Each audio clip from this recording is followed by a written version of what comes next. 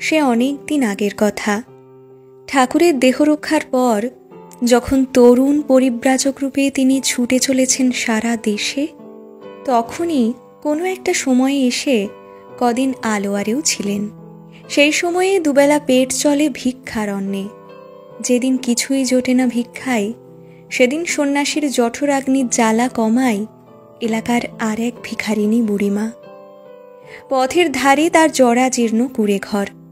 দিন শেষে ক্লান্ত অবসন্ন ক্ষুধার্ত সেই তরুণ এসে বসলে বুড়ি আস্তে আস্তে কিছুটা বাজরার আটা বার করে। ভিক্ষারি ধন সেসব। তারপর সে আটা মেখে হাতে চ্যাপটা করে আগুনে পুড়িয়ে খানকতক রুটি বানিয়ে সন্ন্যাসীর দিকে এগিয়ে দেয়। এনে খা রে লালা। ও বলা হয়নি, সন্ন্যাসীকে বুড়ি ডাকে মেরে লালা বলে, আর সন্ন্যাসী তাকে ডাকে মাই। বাজরার রুটির সঙ্গে কাঁচা লঙ্কা কামড়ে কামড়ে খেয়ে তৃপ্তির হাসি হাসে লালা। বুড়ির অর্ধেক খাওয়া তাতেই হয়ে যায়। তারপর অনেক দিন পেরিয়ে গেছে।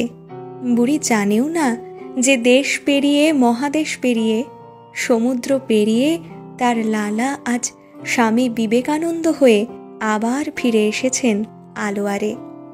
না, এখন তিনি ভিক্ষাজীবী নন, রাজার অতিথি। সকাল থেকে সন্ধে রাজসভায় হাজার হাজার লোক আসে যায়, স্বামীজিকে দেখে, কথা বলতে চায়, তার আশীর্বাদ পেতে চায়। দুপা এদিক ওদিক গেলে সব সময় থাকে রাজার দেওয়া 2 পাহারাদার। মন হাঁপিয়ে ওঠে এসবে বিবেকানন্দের। মনে পড়ে এখানে এর আগেকার আশা, আধপেটা কিন্তু স্বাধীন পায়ে ঘুরে বেড়ানো। নিমেষে মনে পড়ে তার মায়ের কথা। সেই কুঁড়ে ঘরে বসে গরম বাজরার রুটি, বুড়ির মুখে সেই হাসি। আহা, কেমন আছে সে কে জানে, আদেও আছে তো। একবার দেখে এলে হয়। প্রহরীর চোখের আড়ালে সন্ধ্যের মুখে একাই বেরিয়ে পড়েন বিবেকানন্দ। জায়গাটা খুঁজে পেতে অসুবিধে হয় না।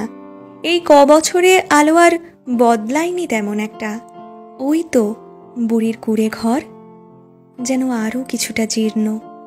দরজায় একটা নোংরা কাঁথা ঝুলছে।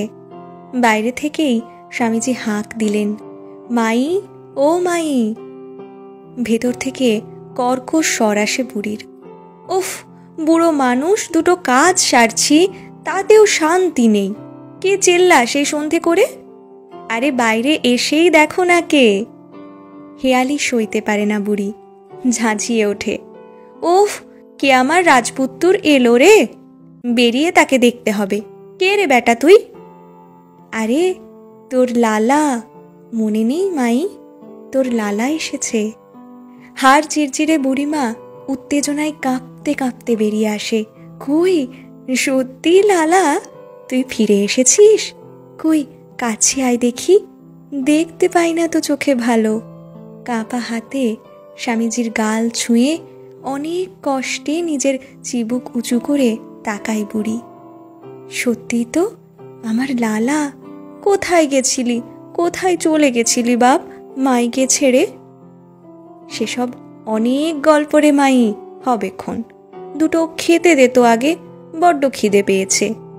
ওই দেখো, তখনও লালার পেটে আগুন জ্বলতো, আর এখনো। বলি, এই বছর কিছু খাসনি নাকি? বলি, আমার কাছে কি আছে যে তোকে খেতে দেব এই অবেলায়? কেন, তোর সেই বাজরার রুটি দিবি না লঙ্কা দিয়ে? কয়েক মুঠো বাজরার আটা মেখে গনগনে আঁচে পোড়ানো রুটি এগিয়ে দেয় মাই তার লালাকে। ছেলের মুখে সেই তৃপ্তির হাসি দেখে ফোকলা মাও হেসে ফেলে। নিজের ছেলেই তো তার। বুড়ির পেটের ছেলে জোয়ান বয়সে চলে গিয়েছিল। সেই থেকে এক লালা ছাড়া আর কাউকেই তেমন আপন ভেবে বাঁচেনি বুড়ি। লালাও পালিয়েছিল বছর কয়েক আগে, এবার ফিরে এসেছে সে। আর সহজে যেতে দেব না, এই ভেবে চোখ মুছে বুড়িমা। আহা, কি স্বাদ রে মাই! কোথায় লাগে এসবের পাশে রাজবাড়ির মন্ডা মিঠাই? আরে ও লালা, শুনেছিস? কি যেন মনে করে সোজা হয়ে বসে বুড়ি। শুনেছিস এখানে রাজবাড়িতে নাকি মস্ত এক সাধু এসেছে, সঙ্গে কত লোকজন, সাহেব মেম ভক্ত, সে নাকি বিরাট নাম ডাক করেছে। এ পথ দিয়ে কত লোক রোজ যাচ্ছে তাকে দেখতে, জানিস? তুই যাবি নাকি দেখা করতে? হ্যাঁ? লালা উত্তর দেওয়ার আগেই বুড়ি আবার বলে, না না থাক, তোর গিয়ে কাজ নেই, পেটই ভরল না তোর ভালো করে, আর কয়েকটা রুটি দি, তোর ওদিকে গিয়ে কাজ নেই। কেন রে মাই, গিয়ে কাজ নেই কেন? ও বাবা না, ও সাধু বড় লোক, বিরাট লেখাপড়া করা, কি বলতে শেষে কি বলে দেবে, আমার লালার মনে কষ্ট হবে শুধু শুধু।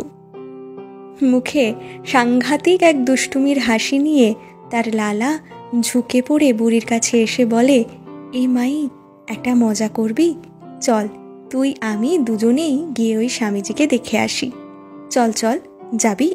দূর খ্যাপা, রাজবাড়িতে না আমাকে ঢুকতে দেবে না তোকে, ধ্যাতানি খেয়ে ফিরে আসতে হবে, কোথাও যেতে হবে না তোকে, আমার কাছে বসতো।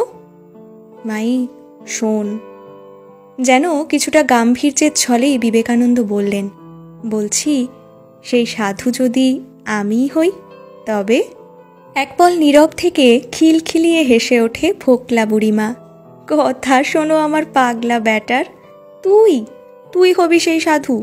বড় হয়েও মজা করার স্বভাব গেল না তোর, বল? ওরে তুই তো আমার লালা, আমিও গরিব তুইও গরিব, ওসব বড় বড় সাধুর বেশি বেশি কথায় কাজ নেই আমাদের। আশপাশটা বড় একটা বদলায়নি মাঝের কিছু বছরে। সন্ধেবেলায় চাঁদ উঠেছে, সেই চাঁদের আলোয় ভেসে যাচ্ছে আলোয়ার, তার জনবসতি, পথঘাট, আর সেই পথের ধারের কুঁড়ে ঘরে বসে এক মাই আর তার লালা আগুন পোড়া বাজরার রুটি খেতে খেতে হাসিতে খুনসুটিতে আহ্লাদে আদরে উড়িয়ে দিচ্ছে জীবনের একটা সন্ধে, সেই রাজ অতিথি সন্ন্যাসীর থেকে বহু বহু দূরে।